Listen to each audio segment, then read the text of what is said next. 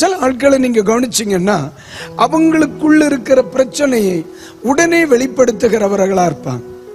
ஒரு ஆளுக்கு மனசுல துக்கம் இருக்குன்னா அவனை சுத்தி இருக்கிறவங்களுக்கு கடிச்சு கொதறிடுவான். அவர்களை சுற்றி இருக்கிறவர்களுக்கு அன்னைக்கு சமாதானமே இருக்காது. சிலருக்கெல்லாம் துக்கம் வந்துட்டுன்னு வைங்க, தோத்திரம் வீட்டில் இருக்கிற ஒரு பானைக்கும் தூர் இருக்காது. ஏன்னா வைக்கும் போது அதுக்கு வேகத்துல நமக்கு தெரிய வரும். அவங்க அதை என்ன செய்வாங்க?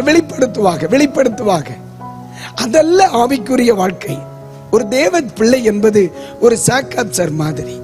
நான் அடிக்கடி சொல்லுவேன், கீழே வண்டி ரோட்ல ஓடிட்டே இருக்கும் பொழுது கீழிருந்து வருகிற மேடு பள்ளத்தையும் அது தாங்கிக் கொள்ளும்.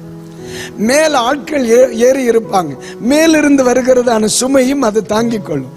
கீழே இருக்கிற உதறுதலை மேல விடாது, மேல இருக்கிற அந்த பிரச்சனைய கீழே விடாது. ரெண்டுக்கு இடையில அழகான சஸ்பென்ஷன். இதுதான் ஸ்பிரிச்சுவல் லைஃப்.